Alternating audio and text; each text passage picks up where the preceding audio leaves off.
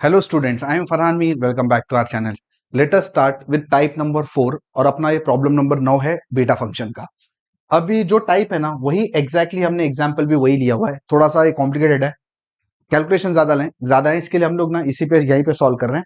अब अगर ये टाइप आपको याद हो, ये देखो ये वाले टाइप की हम बात कर रहे हैं।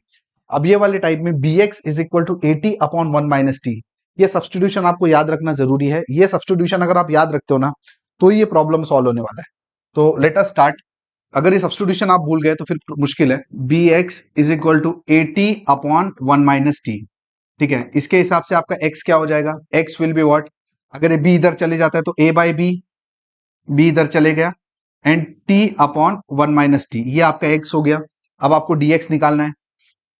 dx क्या होगा? a/b। अब dx निकालते वक्त आपको ना u/v रूल लगेगा। विद रिस्पेक्ट टू t आप डिफरेंशिएट कर रहे हो, बोलो क्या होता है? v स्क्वायर, मतलब denominator square, v as it is, derivative of u, t का derivative 1 minus u as it is derivative of v, 1 - t का डेरिवेटिव क्या होगा? -1। तो अगर इसको आप सिंप्लीफाई करते हो तो आपको dx मिलेगा a/b, और ये देखो ये माइनस टी है, ये प्लस टी है, कैंसिल हो गया। 1/1 - t द होल स्क्वायर, ये वैल्यू आपकी हो गई dx की। तो ये आपके पास x आ गया, देखा जाए तो ये आपके पास dx आ गया। और आपको देखो प्रॉब्लम में क्या लगने वाला है, bx आपके पास है, बट अपने को प्रॉब्लम में क्या लगने वाला है? a plus bx। तो a प्लस bx भी निकाल के रख देते हैं। a plus bx is a plus bx, आपके पास देखो ये है 80/1 - t। प्रॉब्लम को पहले हम लोग रेड्यूस कर रहे हैं, तो आपका 1 - t आपका एलसीएम आ जाएगा। क्रॉस मल्टीप्लाई करोगे तो क्या होगा? देखो ये देखो a माइनस 80 प्लस 80। अब यहां से ऑब्वियस सी बात है 80 आपका कैंसिल हो गया, तो a प्लस बी एक्स आपका बनेगा a/1 - t। एक और टर्म हमने को मिल गया। और अपने को क्या चाहिए? ये देखो a प्लस बी एक्स है अपने पास, x है अपने पास, बस बाकी dx है अपने पास। सब चीजें सॉर्टेड है। अब हम लोग यहाँ पे पुट करेंगे और सॉल्व करने की इसको कोशिश करेंगे। तो i क्या हो जाएगा बेसिकली आपका? i is equal to 0 to ∞। हाँ, एक और काम भी तो करना है, ये तो रही गया। 0 to ∞ नहीं भाई, जब भी आप सब्सटीट्यूशन करते हो तो सबसे पहले आपको क्या करना पड़ेगा? लिमिट चेक करना पड़ेगा। एंड ऑब्वियस सी बात है, मैं रुका क्यों? देखो ना, रुका इसलिए ना क्योंकि 0 से ∞ आ रहा है, और मुझे पता है कि अपने को जो बीटा है, बीटा में लिमिट क्या होनी चाहिए? 0 to 1। जनरली ना 0 to 1 के प्रॉब्लम्स गामा में होते हैं, गामा में, बराबर है ना। लेकिन गामा में इस टाइप का कोई टर्म कभी नहीं था। गामा में या तो आपको एक्सपोनेंशियल मिलता है, या तो साइन कॉस मिलता है, या तो आपको लॉग मिलता है। तो इस टाइप का कुछ नहीं था। तो ये एक स्पेशल कैटेगरी है बीटा में। तो बीटा में लिमिट 0 to 1 होना चाहिए, बट सिर्फ इसी टाइप में 0 से ∞ होता है। एंड आफ्टर सब्सटीट्यूशन आपका 0 से 1 हो जाता है। तो आपको ये टाइप ना याद रख के जाना पड़ेगा, एंड सब्सटीट्यूशन भी याद रख के जाना पड़ेगा। इस टाइप का सबसे बड़ा प्रॉब्लम यही है, सब्सटीट्यूशन ही आप भूल गए ना तो आगे तो फिर कुछ नहीं हो सकता। ठीक है, तो एक काम कर लेते हैं। सबसे पहले तो एक्स और टी में आपको रिलेशन चाहिए, है ना। देखो ये रिलेशन है आपके पास 0 and ∞। ठीक है, अब एक बार देख लेते हैं आप। ये देखो एक्स एक्स और रिलेशन क्या है, वापस से मैं एक बार लिख देता हूं आपको, a/b एंड t/1 - t। ठीक है, अगर आपने x की जगह पे 0 डाल दिया, ठीक है, तो आप देखो सिंपली अगर आपने x की जगह 0 डाला तो क्या होगा? b × 1 - t यहां पे जाएगा 0, and t will be equal to 0। देखो ना, अगर x की जगह आपने 0 डाला तो ये क्रॉस मल्टीप्लाई 0 हो जाएगा, मतलब 80 is equal to 0, t equal to 0। तो x की जगह 0 डालने पे तो t 0 हो जाता है, ये प्रॉब्लम नहीं है। ठीक है, लेकिन अगर आपने x की जगह इन्फिनिटी डाला तो देखो क्या होगा? Infinity is equal to a/b into t/1 - t। अभी इन्फिनिटी को अपना 1/0 पकड़ लो। ठीक है, यही ट्रिक है इस गेम में, आपको 1/0 लेना। अब 1 अगर आपने 0 लिया तो ऑब्वियस सी बात है, ठीक है, 1/0 आपने लिया तो देखो क्रॉस मल्टीप्लाई किया तो 80 इंटू 0 तो 0 हो गया है ना। एंड ये साइड में आ गया 1 - t, तो t क्या हो जाएगा आपका? -1, t इज इक्वल टू 1। तो ये चीज आपको याद रख के जानी है। याद याद क्या रखना है, तो चीज आपको समझनी है, ये वाली सब्सटीट्यूशन। तो ये करने की वजह से अगर ये मैं यहां पे डाल देता हूं तो आपको समझ में आता है। एंड के आपकी जो लिमिट है वो 0 से 1 हो जाती है। ठीक है, तो ये लिमिट हम यहां पुट करेंगे अभी। तो आई आपका क्या हो जाएगा? 0 to 1। ठीक है, और थोड़ा सा इसको बड़ा कर लेते हैं क्योंकि ये बड़ा होने वाला है। 0 to 1 थोड़ा बड़ा कर लेते हैं आई का वैल्यू। ठीक है, अंदर देखो अभी आपके पास क्या बचने वाला है? 0 to 1। ये देखो x raise to m - 1, x क्या है? देखो ये है ना, तो ये हो जाएगा ए बाय बी और ऊपर एक्स क्या है, t upon 1 - t raise to m-1। ठीक है, केयरफुली आपको पुट करना है, कैलकुलेशन प्रॉपर करना है, बस हो जाएगा। नीचे आपके पास क्या है, a प्लस बी एक्स।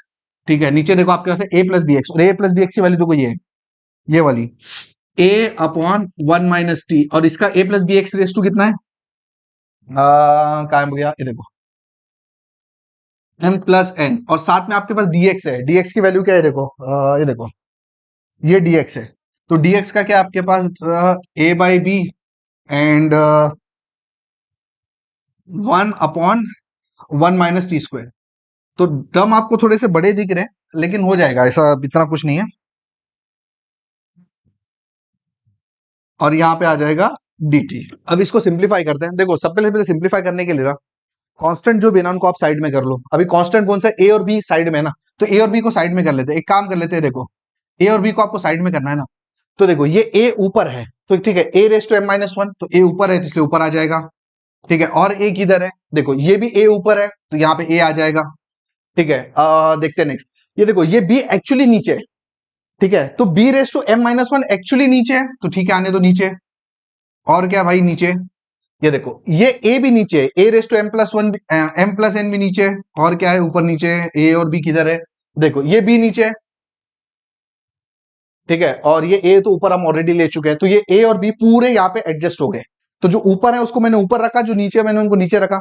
अब अंदर क्या बचेगा, 0 to 1। ठीक है, देखो अब यहाँ पे क्या बचेगा, ये देखो ये t ऊपर है तो उसको ऊपर रहने दो, t रेस टू m-1। ठीक है, ये देखो ये टर्म नीचे है, 1 - टी रेस टू m-1।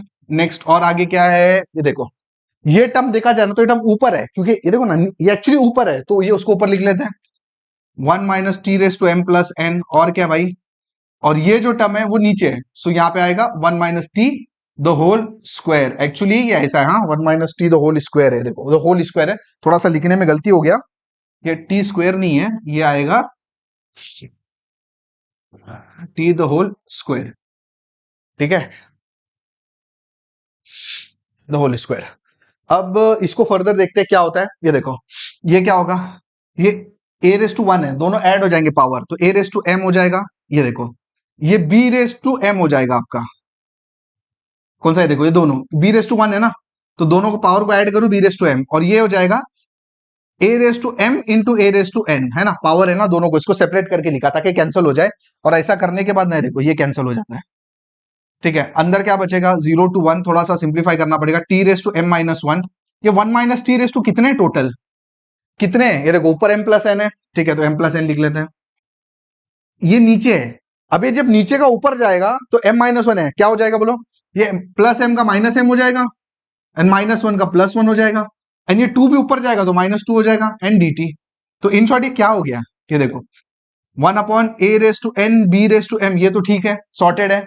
ये क्या है पूरा, t रेस टू m-1, ये कितना है पूरा, ये क्या है, ये कचरा, 1 - टी रेस टू कितना है, ये देखो m कैंसिल हो जाएगा इधर, ये देखो m कैंसिल हो जाएगा, n -1 हो जाएगा, देख लो एक बार पता चल जाएगा, समझे ना।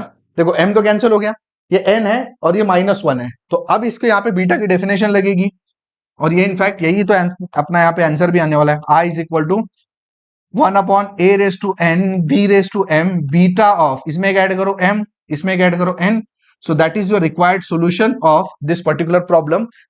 तो एक्चुअली जो प्रॉब्लम हमने लिया था ना वो यही लिया, सीधा सीधा उसको टाइप उठाया एंड पूरे प्रॉब्लम को हमने सॉल्व किया। इनफैक्ट ये सेम चीज एग्जाम में आ चुकी है। अब नेक्स्ट वीडियो में हम क्या करेंगे पता है, इस पे ना एक एग्जाम्पल भी सॉल्व करेंगे, जिसमें ऐसा करेंगे कि वैल्यूज थोड़ी सी डिफरेंट ले ले और यही से सेम चीज इंप्लीमेंट करने की कोशिश करेंगे। I hope this is clear, thank you.